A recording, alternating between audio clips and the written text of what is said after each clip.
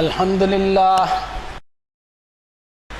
لله نحمده ونستعينه ونستغفره ونؤمن به ونتوكل عليه ونعوذ بالله من شرور أنفسنا ومن سيئات أعمالنا من يهده الله فلا مضل له ومن يضلله فلا هادي له ونشهد أن لا إله إلا الله وحده لا شريك له ونشهد أن سيدنا ونبينا محمدا عبد الله ورسوله أرسله كافة للناس بالحق بشيرا ونذيرا وداعيا إلى الله بإذنه وسراجا منيرا صلى الله عليه وعلى آله وأصحابه أجمعين۔ اللہ ایشور اکال Parmeshwar the God all mighty کی حمد و ثنا تعریف و توصیف بیان کرتا ہوں جو اس سنسار کا ایک اکیلا مالک ہے، ایک اکیلا بادشاہ ہے۔ اس کی سلطنت میں کوئی اس کا پارٹنر نہیں، کوئی اس کا ایسوسیٹ نہیں۔ وہ ایسا رب کہ ہر عیب سے پاک، اس کی مثال تو کسی چیز سے دی ہی نہ جا سکے، اس کی کریشن کی مثال بھی ہمیں کہیں نہ ملے۔ اللہ الذی رفع السماوات بغیر عمد ترونها، اسی نے کریٹ کی، آسمانوں کی تخلیق کی اور انہیں بلندی عطا فرمائی، اور ایسی بلندی عطا فرمائی جس میں کوئی ستون، کوئی پلر، کوئی سپورٹ نہیں، جسے ہم اپنی سگی آنکھوں سے دیکھ بھی رہے ہیں، دوربین اور ٹیلیسکوپ سے بھی ہم اس پر ریسرچ کرتے ہیں۔ وَيُمْسِكُ السَّمَاءَ أَن تَقَعَ عَلَى الْأَرْضِ، ساری کائنات اس نے خلا میں، اسپیس میں بیلنس کر کے رکھا ہے، ایسا بیلنس، ایسا کنٹرول کہ زمین پر گر نہ جائے۔ وہ رب اپنی مخلوق پر انتہائی مہربان اور انتہائی رحم والا، شفقت والا، لیکن اس کے ٹھیک وپریت انسان کا معاملہ انتہائی ناشکری والا ہوتا ہے۔ سب کو پہچانتا ہے انسان، نہیں پہچانتا تو اپنے رب کو نہیں پہچانتا، اپنے مالک کو نہیں پہچانتا۔ اپنے رب کی ہر نعمت کو استعمال کرتا ہے، اور ایسا استعمال کرتا ہے جیسے اس کا حق ہو۔ وہ یہ نہیں خیال کرتا کہ اسے ان ساری چیزوں کا ایک دن اپنے رب کے سامنے حساب دینا ہے۔ جو نعمتیں اللہ تعالیٰ کی طرف سے انسان کو دی ہوئی ہیں، وہ انعام نہیں بلکہ ایک آزمائش، ایک ٹیسٹ کے لیے عطا کی گئی ہیں۔ انسان اپنی لمیٹیشنز کی وجہ سے اپنے رب کو نہیں دیکھ سکتا، لیکن اللہ کی رحمتوں کا، اس کی بلیسنگز کا اور اس کی باؤنٹیز کا ہر پل مشاہدہ اور ایکسپیرینس کرتے رہتا ہے۔ جتنا زیادہ انسان ان ملی ہوئی نعمتوں پر غور کرے گا، اتنا زیادہ اللہ کے ساتھ اس کی محبت بڑھے گی اور اس کا شکر بڑھے گا۔ کتاب اللہ میں حضرت سلیمان علیہ السلام کے تذکرے میں یوں ملتا ہے کہ اللہ تعالیٰ نے انہیں بے مثال بادشاہت دے رکھی تھی، اور اپنے رب کی نعمتوں کے ملنے پر ان کا رسپانس کیا تھا؟ ھذا من فضل ربی۔ بڑے بڑے بنگلوں کے دروازوں پہ یہ اسٹیکر لگے ہوتے ہیں، ھذا من فضل ربی۔ بہت اچھی بات ہے کہ یہ میرے رب کا فضل ہے، اگر اس کا فضل نہ ہو تو مجھے یہ نعمتیں کہاں سے ملے گی؟ لیکن یہ ھذا من فضل ربی کے بعد کیا لکھا ہوا ہے اس پہ غور نہیں ہوتا۔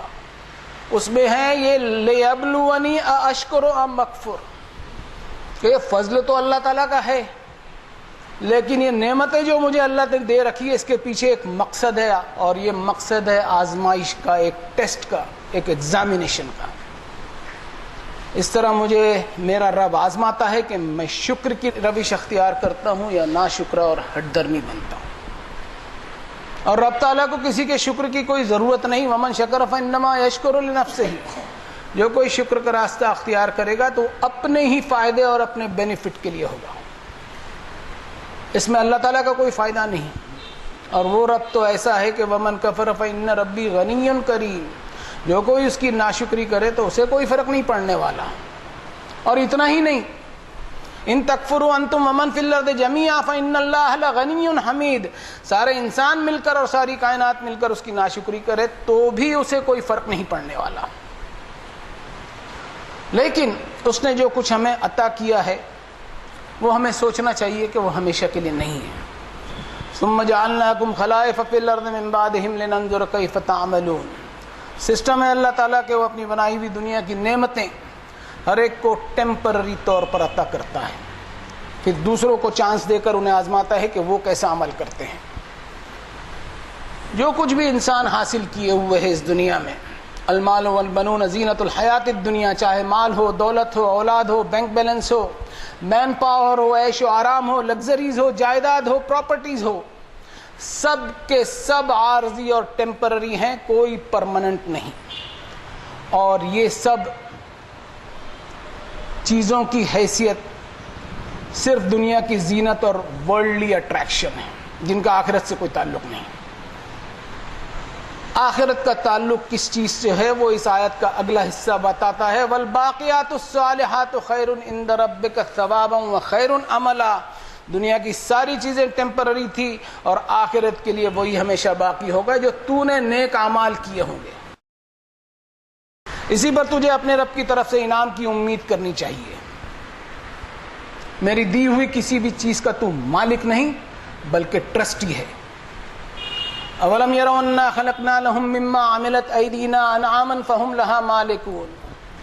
میری ہر نعمت پر میں نے تجھے ترجیح اور پراتھمکتا اور پریفرنس دی ہے، لیکن میری نعمتوں کا کبھی ناجائز فائدہ نہ اٹھانا اور اپنے آپ کو ان نعمتوں کا مالک سمجھتے ہوئے اترانا مت، شیخی مت بگارنا، اکڑ مت دکھانا۔ یہ تو حال ہی ہوگا، وذرنی والمکذبین اولی النعمہ ومہلہم قلیلا۔ میں اچھی طرح ڈیل کر لوں گا اس سے جو میری نعمتوں کو، میری عطا کی ہوئی بخششوں کو جھٹلاتا ہے، مالک سمجھتا ہے اپنے آپ کو۔ میری نعمت کی ناشکری کرنے والے کو دیکھ کر تیرے اخلاق میں اور تیرے شکر میں کبھی کوئی فرق نہ آنے پائے، اس میں کبھی اپنی اکڑ نہ دکھانا، اپنی حیثیت کو پہچاننا۔ ولا تمش فی الارض مرحا ان اللہ لا یحب کل مختال فخور۔ مجھے وہ شخص بالکل پسند نہیں جو اکڑ بتاتا ہے، بوسٹ فلنس اور ایروگنسی مجھے بالکل پسند نہیں۔ زمین میں تیری اکڑ ہرگز نہیں چلے گی۔ ولا تمش فی الارض مرحا انک لن تخرق الارض ولن تبلغ الجبال طولا۔ حیثیت کا ہے تیری، 5.5 فٹ کا ایک معمولی آدمی ہے، کوئی پہاڑوں جیسی اونچائی نہیں ہے تیری۔ میری قوتوں اور طاقتوں کے سامنے تیری کوئی حیثیت نہیں۔ ایک معمولی سی آندھی تیرے پراپرٹیز کو برباد کرنے کے لیے کافی ہے۔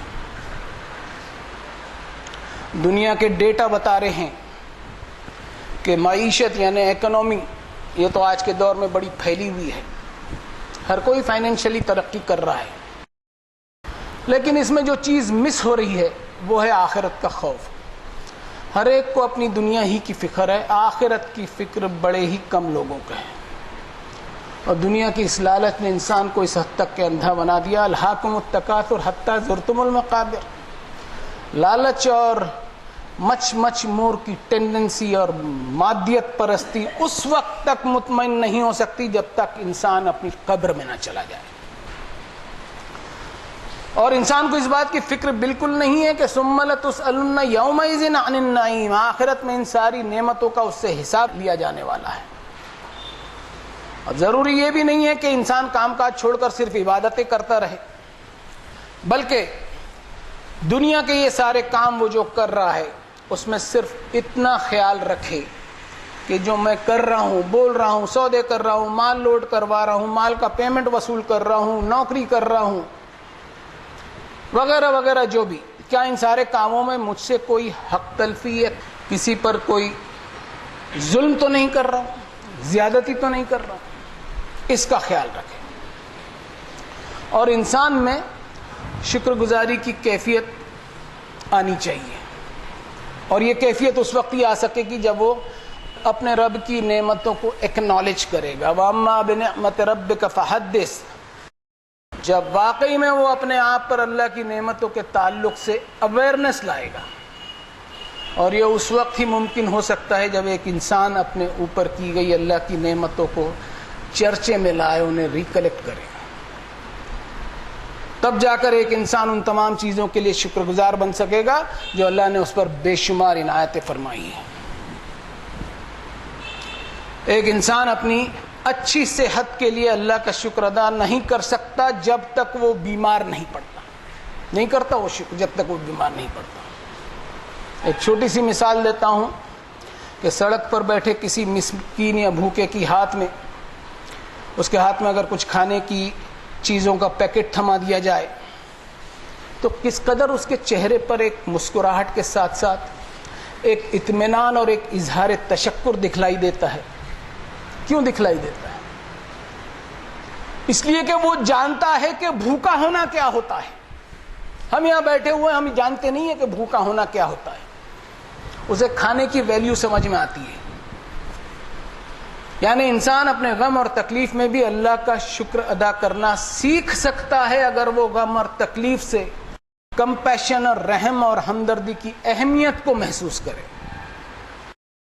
انسان اپنے درد اور بیماری میں بھی اللہ کا شکر ادا کرنا سیکھ سکتا ہے اگر فوربیئرنس, صبر اور تحمل کی اہمیت کو محسوس کرے. اپنے اوپر کسی کی بد کلامی یا بدسلوکی پر بھی وہ اللہ تعالیٰ کی شکر گزاری کا سبق حاصل کر سکتا ہے اگر وہ اللہ تعالیٰ کی شان غفاری اور اس کی ڈیوائن کوالٹی آف فارگیونیس کو وہ ریئلائز کرے. یعنی اپنی ہر پریشانی اور تکلیف میں وہ اللہ تعالیٰ کا شکر ادا کرنا سیکھ سکتا ہے, اس لیے کہ ہر پریشانی اور تکلیف اسے ہمت اور حوصلہ سکھاتی ہے. ہر مایوسی کے لیے بھی وہ اللہ تعالیٰ کا شکر ادا کر سکتا ہے, اس لیے کہ ہر مایوسی سے اسے اللہ تعالیٰ سے ملاقات کی امید کرنا وہ مایوسی سکھلاتی ہے. اور یہ اس وقت ہی ممکن ہو سکتا ہے جب انسان ہر وقت ہر گھڑی اللہ تعالیٰ کی شکر گزاری کے جذبوں میں جیے گا تو ایسے شعور اور ایسے کانشیسنس کی سیڑھی چڑھے گا جو امن و امان اور پیس اینڈ ٹرینکولیٹی کی چوٹی کو چھوا جا سکتا ہے اس سے. اور یہی وہ امن و امان اور شانتی ہے جس کی بنیاد پر دنیا کی ترقی اور ڈیولپمنٹس ڈیپینڈنٹ ہیں. اور اس کا مشاہدہ ابھی کووڈ والے دور میں ہوا بھی. لوگوں کی بیچاروں کی نوکریاں گئیں, کئی لوگوں نے زندگی کے بجائے خودکشی کرتے ہوئے موت کو گلے لگانا پسند کیا, اور دوسری طرف ایکسپلائٹیشن کرتے ہوئے, شوشن کرتے ہوئے اتنا کمایا گیا کہ ایک طبقے نے سونے کی اینٹوں پر اینٹیں خریدی اور پراپرٹیز بھی ایک سے بڑھ کر ایک خریدی. اخباروں اور نیوز پیپر میں یہ سب رپورٹنگ بھری پڑی ہیں, لیکن انسان کی پتھر دلی اور بے حسی جو ہے وہ پتھروں سے بھی زیادہ سخت ثابت ہے. ثم قست قلوبکم من بعد ذلک فہی کالحجارۃ او اشد قسوہ. ہر انسان نے اس مہاماری سے الگ الگ سبق سیکھے. کچھ لوگوں نے موج مستی کا سبق سیکھا کہ زندگی کبھی بھی ختم ہو سکتی ہے, اس کا بھرپور آنند اٹھایا جائے. انٹرٹینمنٹ اور انجوائمنٹ کے راستوں پر چلنے لگے کہ شہر کے باہر جو ریزورٹس ہیں وہ فل ہو گئے, شراب کی بوتلوں کی شارٹیج ہو گئی. موج مستی کا ایسا ماحول بنا کہ لوگوں نے اس سے سبق بھی سیکھا, تو ایسا سبق سیکھا جس میں خود کی موج مستی کے سوا کچھ نہیں. اور دوسری طرف دیکھو, ساری دنیا میں فتنہ اور فساد برپا ہو رہا ہے. یہ دنیا امن و امان اور شانتی کے لیے ترس رہی ہے. یہ دنیا بد امنی اور لڑائی پر آمادہ ایسی ہو گئی کہ ہر ملک ہتھیار کی اندھا دھند ریس میں خطرناک ہتھیاروں کا گودام بن گیا, اور انسانیت اس طرح لڑائی پر آمادہ ہے کہ اپنی بربادی کے آخری کنارے پر آ کر کھڑی ہو گئی, اور انسانیت کے ہی قتل پر آمادہ ہو گیا. ہسٹری کی کتابیں چھان لی جائے اگر, تو ہمیں ملے گا کہ انسان دوسرے انسان کے ساتھ امن و شانتی کے ساتھ نہیں رہتا, اور ملک بھی دوسرے ملکوں کے ساتھ امن و امان کے ساتھ نہیں رہنا چاہتے. ابھی جو جنگ چھڑی ہوئی ہے, وار چھڑی ہوئی ہے, اس میں جو تباہیاں اور بربادیاں ہو رہی ہے ان پر غور کریں کہ معصوم جنتا کا کیا حال بن رہا ہے. وہ معصوم لوگ جن کا کوئی قصور نہیں, جو بیچارے ان پوزیشنز پر بھی نہیں ہیں کہ ایگو کر سکیں. ایگو کرنے کے لیے پوزیشن تو ہونا, وہ پوزیشن بھی نہیں ہے ان کی.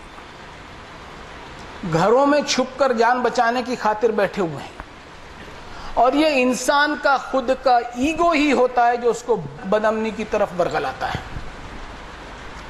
ہر ایک اپنے پرسنل ایجنڈے میں ہے، اپنی پرسنل خواہشات کو لے کر جی رہا ہے، اور ملک کی جنتا کی بھلائی کی آڑ میں منمانی بھی کی جا رہی ہے، اور وہ بھی اپنے پرسنل ایگو کی وجہ سے۔ جب قیامت آئے گی نا تو ہر انسان بے نقاب ہو جائے گا، ایک لے مین سے لے کر کے بڑے سے بڑے بادشاہ تک۔ وہاں اللہ تعالیٰ اس کی پول کھول دیں گے کہ تو کیا بن رہا تھا، کیا دکھاوے کر رہا تھا، مجھے اس سے کوئی لینا دینا نہیں، بلکہ لقد كنت في غفلة من هذا فكشفنا عنك غطاءك فبصرك اليوم حديد۔ تو کیا نہیں تھا اور کیا ڈھونگ کر رہا تھا، میں اس پر حساب لوں گا۔ شرافت کے لباس اوڑے تو گھوم رہا تھا، شرافت کے لباس اوڑے بادشاہت کر رہا تھا، اندر سے تو کیا تھا، میں اس کا حساب لوں گا۔ تب تجھے اس دنیا کی حقیقت تجھے دکھائی دے گی، سمجھ میں آئے گا، جس کے تعلق سے تو نے اپنا جیون جو ہے پورا غفلت میں گزارا۔ آج حال یہ بنا ہوا ہے کہ او یلبسکم شیعا ویذیق بعضکم باس بعض، ایک دوسرے پر چڑھائی کی کوشش ہے انسان کی۔ اور اس کی وجہ کیا ہے؟ ظہر الفساد فی البر والبحر بما کسبت ایدی الناس لیذیقہم بعض الذی عملوا، تمہاری حرکتوں کی وجہ سے انسانوں ایک دوسرے پر چڑھوا دیا میں نے، تم کو امن نصیب نہیں ہوگا، ترقی نہیں کر پاؤ گے۔ قرآن مجید کا معاملہ یہ ہے کہ اللہ تعالیٰ نے اس کتاب کے سسٹم کو دنیا کی ہر کتاب سے الگ رکھا، اور قرآن مجید میں ایسی گہری باتیں نہیں ہیں کہ عام انسان کے سر کے اوپر سے چلی جائیں۔ کتاب اللہ میں مثالیں اور میسیجز ایسے ہیں جن کو ہر دور کا انسان، چاہے پڑھا لکھا ہو چاہے عام شخص ہو، اسے آسانی سے سمجھ سکتا ہے۔ ایک عام انسان سے لے کر کسی بڑے سے بڑے ملک کے پریمیئر تک، آج اگر کسی چیز کی سب سے زیادہ ضرورت ہے تو میں سمجھتا ہوں انسان کو انسانیت سکھلانے کی ضرورت ہے، اس کو وحشی درندگی سے بچانے کی ضرورت ہے، اس کو امن و امان کا سبق سکھلانا ہوگا۔ اب اس میں قرآن مجید میں ہمیں کیا ملتا ہے اس پہ ہم غور کریں۔ سورۃ التوبہ کی ایک آیت ہے، وَإِنْ أَحَدٌ مِّنَ الْمُشْرِكِينَ اسْتَجَارَكَ فَأَجِرْهُ حَتَّىٰ يَسْمَعَ كَلَامَ اللَّهِ ثُمَّ أَبْلِغْهُ مَأْمَنَهُ ذَلِكَ بِأَنَّهُمْ قَوْمٌ لَّا يَعْلَمُونَ۔ جنگ کے حالات میں بھی اگر کوئی مشرک تم سے پناہ چاہے تو اس کو پناہ دو، یہاں تک کہ اللہ کا کلام سن لے، پھر اس کو اس کی امن والی جگہ واپس پہنچا دو، اس لیے کہ وہ جانتا نہیں۔ یعنی جنگ کے پینک حالات میں بھی ایک نان کمبیٹنٹ اگر مل جائے تو اسے نہ صرف پناہ دو بلکہ اسے ایسکارٹ کرتے ہوئے، سیکیورٹی فراہم کرتے ہوئے اس کی امن کی جگہ پر پہنچا دو کہ کہیں پینک حالات میں کوئی جذبات میں آ کر اس کا قتل ہی نہ کر دیں۔ کیا اس آیت کے تحت آج جو جنگ چھڑی ہوئی ہے اس میں یہ پیغام نہیں ملتا کہ جنگ کے حالات میں بھی رہائشی علاقوں پر حملہ نہیں کیا جا سکتا؟ یہ ہے رسول رحمت للعالمین کی تعلیم جو ہم دنیا کو بتا نہیں سکے، اس لیے کہ ہمارے اس میں بھی فرقے وارانہ جنگیں چل رہی ہیں۔ ہمارا جو سلام ہوتا ہے، ایک دوسرے کو سلام کرتے ہیں، اس کے پیچھے اتنی منافقت چھپی ہوئی ہوتی ہے کہ ادھر سلام کرتے ہیں، ادھر دوسرے کی مسجد پہ بم ڈالتے ہیں۔ یہ ہے ہمارا منافقت بھرا سلام۔ امن و امان کا یہ پیغام دنیا میں کتنے لوگوں کو معلوم ہے، اور دنیا کی کس کتاب میں یہ پیغام ملتا ہے؟ ساری دنیا اس کی اسٹڈی کر لے، قرآن مجید کے علاوہ کہیں نہیں ملے گا۔ اقول قولی ھذا واستغفر اللہ لی ولکم ولسائر المؤمنین۔ امن و امان کا یہ وہ پیغام ہے جس سے دنیا آج محروم ہے، اور اس کا مجرم میں اپنے آپ کو سمجھتے ہوئے اللہ تعالیٰ سے معافی مانگتا ہوں کہ جو دولت مجھے محمد صلی اللہ علیہ وسلم سے ملی میں نے اسے کھو دی۔ بارک اللہ لنا ولکم فی القرآن العظیم ونفعنا وإیاکم بالآیات والذکر الحکیم انہ تعالی جواد کریم ملک بر رؤوف الرحیم فاستغفروا ربکم ثم توبوا الیہ ان ربی رحیم ودود۔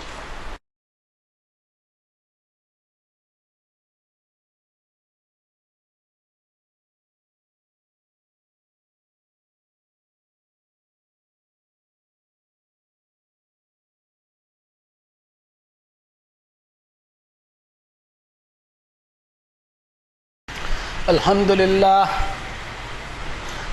للہ وحدہ والصلاة والسلام علی من لا نبی بعدہ۔ اعوذ باللہ من الشیطان الرجیم، بسم اللہ الرحمن الرحیم۔ ان اللہ وملائکتہ یصلون علی النبی یا ایہا الذین آمنوا صلوا علیہ وسلموا تسلیما۔ اللہم صل علی محمد عبدک ورسولک النبی الامی الذی جاء بالہدی والفرقان، وصلی علی جمیع الانبیاء والمرسلین وعلی الملائکۃ المقربین وعلی اصحاب رسول اللہ صلی اللہ علیہ وسلم وعلی ازواج رسول اللہ صلی اللہ علیہ وسلم وعلی اہل بیت رسول اللہ صلی اللہ علیہ وسلم۔ ربنا انک انت السمیع مستجیب الدعوات، ربنا لا تؤاخذنا ان نسینا واخطأنا، ربنا ولا تحمل علينا إصرا كما حملته على الذين من قبلنا، ربنا ولا تحملنا ما لا طاقة لنا به، واعف عنا واغفر لنا وارحمنا أنت مولانا فانصرنا على القوم الكافرين، ربنا أنت ولينا فاغفر لنا وارحمنا وأنت خير الغافرين، ربنا إنك من تدخل النار فقد أخزيته وما للظالمين من أنصار، ربنا فاغفر لنا ذنوبنا وكفر عنا سيئاتنا وتوفنا مع الأبرار، اللهم أيد الإسلام والمسلمين، اللهم انصر من نصر دينك الذي جاء به محمد صلى الله عليه وسلم واجعلنا منهم، اللهم أرنا الحق حقا وارزقنا اتباعه وأرنا الباطل باطلا وارزقنا اجتنابه، اللهم أرنا الأشياء كما هي برحمتك يا أرحم الراحمين۔ عباد اللہ اتقوا اللہ رحمنی ورحمکم اللہ، ان اللہ یأمر بالعدل والاحسان وایتاء ذی القربی وینہی عن الفحشاء والمنکر والبغی یعظکم لعلکم تذکرون، اذکروا اللہ العلی العظیم یذکرکم واشکروہ علی نعمہ یزدکم ولذکر اللہ اکبر واللہ یعلم ما تصنعون۔